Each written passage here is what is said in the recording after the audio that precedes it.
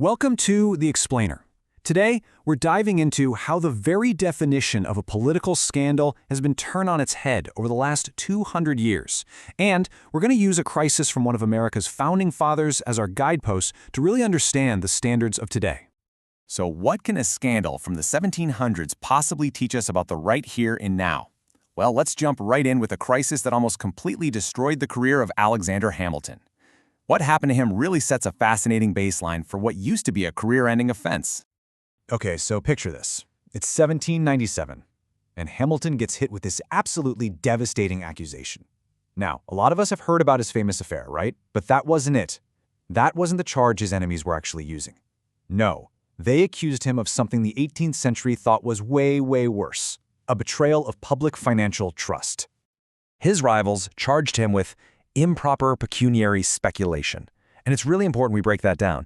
They weren't accusing him of peculation, which is just, stealing money straight from the treasury. The charge was speculation, that he was using his secret inside knowledge as the Treasury Secretary to get rich on the side. And what was their proof? A series of payments from Hamilton to some guy named James Reynolds, adding up to over $1,300. Now, in today's money, that's about $43,000. To his opponents, this looked like a smoking gun, clear proof of a corrupt financial scheme. Hamilton's defense is where this story gets really wild. He's facing this career-ending charge of financial corruption, and he makes this just astonishing choice. He publicly confesses that the money wasn't for some secret deal, it was blackmail. He was paying James Reynolds to cover up an affair Hamilton was having with his wife, Maria. So think about that. This is the key point. Back in the 18th century, the mere appearance of financial corruption was so politically poisonous that admitting to adultery was the better option. It saved his public integrity, yeah, but it completely torpedoed any shot he had at the presidency. All right, let's fast forward a couple of centuries and see how this plays out in the modern world.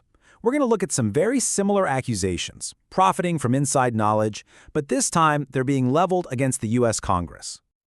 So in 2012, Congress passed something called the Stock Act. This law made it explicitly illegal for lawmakers to do the exact thing Hamilton was accused of, using non-public information they get from their jobs to make a killing in the stock market. It basically said, look, you have a duty of trust to the country, not your own stock portfolio. But here's the thing. Even with this law on the books, public suspicion is still really high.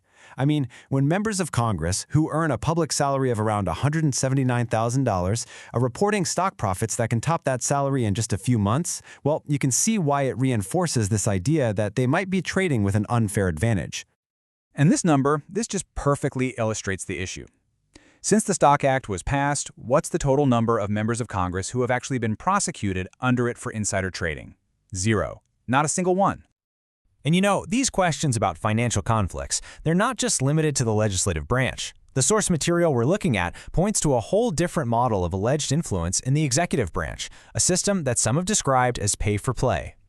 So according to this analysis, a structure for potential conflict can be set up by design. The idea is, the president keeps ownership of his private businesses, says no to a traditional blind trust, and instead puts his assets in a trust where he's the only beneficiary. This framework, it's argued, creates a direct line for using government power to potentially benefit personal businesses and big political donors. A key example that gets cited involves Qatar. The administration reportedly accepted a really high-value gift, a luxury jet, and then, shortly after, a plan gets announced for a Qatar-funded Air Force training facility right here in the U.S. Now, that sequence of events raised some serious questions about foreign influence, and it created the appearance of what's called a quid pro quo, which is just a fancy way of saying this for that, where a gift seems to be directly connected to a favorable policy decision. So, okay, let's put all of this side by side. How do these modern accusations really stack up against the standard that completely derailed Hamilton's presidential ambitions? This table from the source material really just lays it all out. Hamilton was falsely accused over a relatively small personal payment. Now compare that to modern allegations of self-dealing where policy decisions are potentially worth billions of dollars. But the really stark contrast, the one you have to look at, is that final row, consequence. For Hamilton, a mere allegation was a career catastrophe. Today, the analysis suggests the consequences are often negligible. So the huge takeaway here seems to be the erosion of political shame. What happened? The source suggests that in our superpartisan media world, these kinds of accusations get filtered through a political lens first, not an ethical one, and that just blunts their impact. What was once seen as a moral failure is now often just treated as a calculated risk. So what's the ultimate impact of this shift? I mean, what's the real price we pay when accountability just seems to fade away? Well, one of the biggest consequences is a total collapse in public confidence. Just look at this chart. When people feel like there's a system with one set of rules for the powerful and another for everyone else, trust just craters.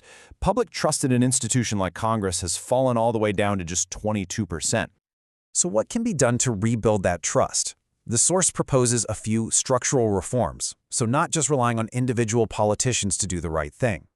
These include things like stronger enforcement of laws like the Stock Act, making true blind trusts mandatory for officials, and creating much stricter laws about gifts and influence from foreign governments.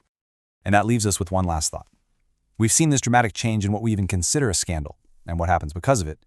So the question is, if we no longer hold our leaders to the same standards of integrity that we once did, what does that really mean for the future of our democracy?